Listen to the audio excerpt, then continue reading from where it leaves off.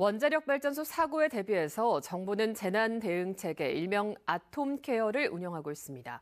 아톰케어는 우리나라 모든 원전의 증기 발생기 내 온도 압력이나 전원 공급 상황 등 수많은 정보를 분석하고 수집해 실시간으로 비상시 방재 대응 담당자에게 전달하는데요.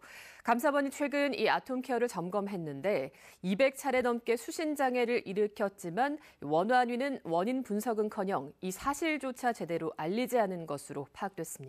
장미쁨 기자가 보도합니다.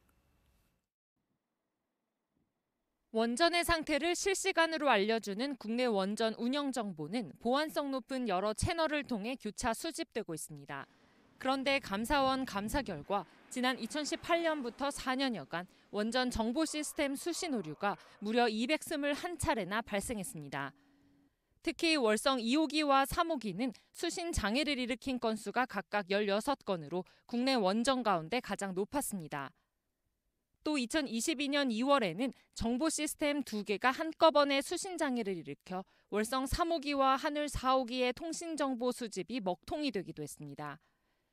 2019년 7월에는 시스템 장애로 국내 원전 26개 전체의 운전 정보 수집에 문제가 생겼지만 이 사실은 외부로 공개되지 않았습니다.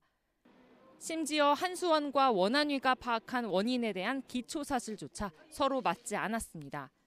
송수신 장애가 문제가 생기면 그것에 대한 기본적인 어떤 문제점들이 도출이 되고 그럼 그 문제를 해결하려고 하는 진지한 노력이 있어야 되는데 그걸 서로 책임을 전가하고 문제를 방치하고 있다는 게 더 큰 문제라는 거죠.